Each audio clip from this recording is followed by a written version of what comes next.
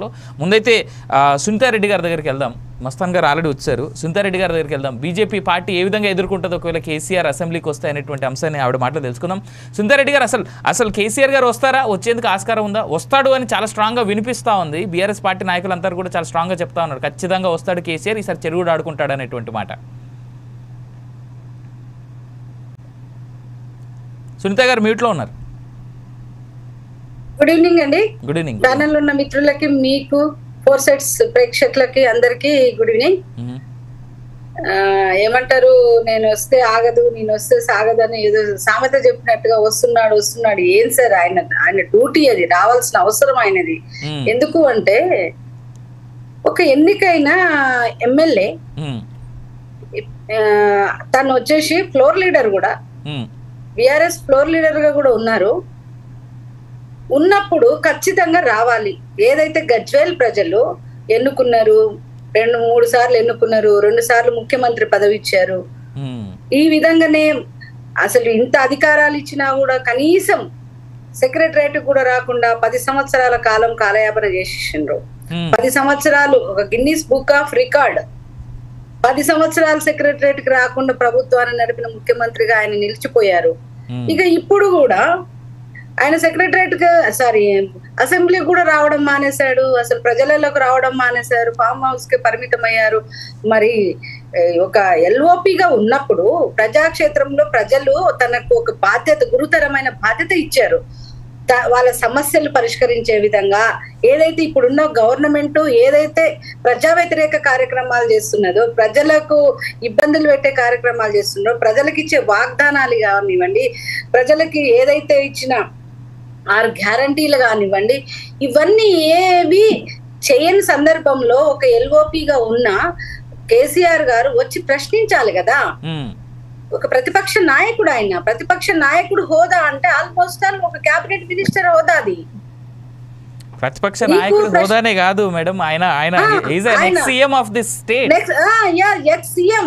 ఈ 10 సంవత్సరాలు ఈ రాష్ట్రాన్ని పరిపాలించిన ఆయన చెప్తా ఉంటారు కదా, చాలా పెద్ద ఆయన, ఎక్స్పీరియన్స్ ఉంది, ఇంకేదో ఇంత చాలా గొప్ప ఆయన, ఆయనకు సర్టిట్యూట్ ఎవరు లేరు, ఆయన ధీటుగా ఎవరు లేరు అని చెప్తారు కదా. మరి అవన్నీ అసెంబ్లీకి వచ్చి ప్రజాక్షేత్రంలోకి వచ్చి నిరూపించాలి.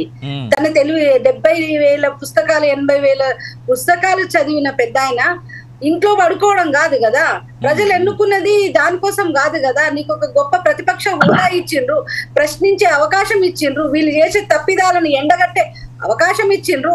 ఇన్ని అవకాశాలు ఇస్తే మీరు ఇంట్లో ఫామ్ హౌస్ లో కూర్చొని ఇంకా వస్తున్నా, నేను వస్తే ఏమైతుందో చూడు, ఇట్లాంటివి చెప్పడం వేస్ట్.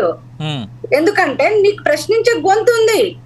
ఇప్పుడు వాళ్ళు ఏదైతే 6 గ్యారంటీలు, 420 సబ్ గ్యారంటీలు ఇచ్చిండ్రు, ఏ ఒక్కటి కూడా ప్రజలకు అందించట్లేదు అనేది మనకు అందరికీ తెలిసిన విషయమే. నిన్న ఎలక్షన్ లో కూడా ఏ విధంగా ప్రజలు తిరస్కరించారో చూసాము.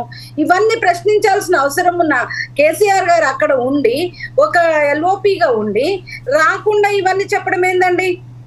తను కరెక్ట్ కాదు కదా.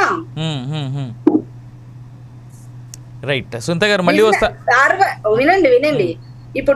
ఇప్పుడు కూడా ఎందుకు వస్తున్నారు అంటే, ఏదైతే బిజినెస్ రూల్స్ ప్రకారము ఏదైతే ఈ అసెంబ్లీకి 60 రోజులు అటెండ్ కాకుండా ఉంటే ఆయన పదవికే ముప్పు వస్తుంది కాబట్టి, ఆయన ఎమ్మెల్యే పదవికే ముప్పు వస్తుంది కాబట్టి, ఏదో ఒక రోజు లాస్ట్ టైం బడ్జెట్ సమావేశాలప్పుడు ఒక రోజు వచ్చిండ్రు, ఆ బడ్జెట్ సమావేశాలలో పాల్గొన్నాడు, వెంటనే వెళ్ళిపోయిండు, అటెండెన్స్ కోసం వచ్చిండు తప్ప ఇక్కడ ఏం జరుగుతుంది, ప్రజలు ఏ విధంగా మోసపోయిండ్రు, ప్రజలకు ఏ విధంగా ప్రజల పక్షాన ఏ విధంగా నేను మాట్లాడడానికి కూడా ఆయన అవకాశం తీసుకోకుండా వెళ్ళిపోయిండు. ఆయన వచ్చింది కూడా రేపు కూడా మేము అదే అనుకుంటున్నాము. ఏదైతే తనకు 60 రోజులు అటెండెన్స్ కంపల్సరీ కాబట్టి దానికోసం వస్తుండనే అంటున్నాము.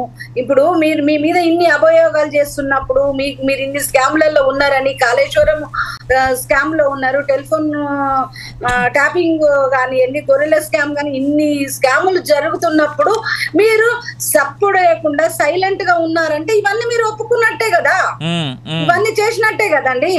ఇప్పుడు మౌనం అర్ధాంగీకారం అంటారు కదా.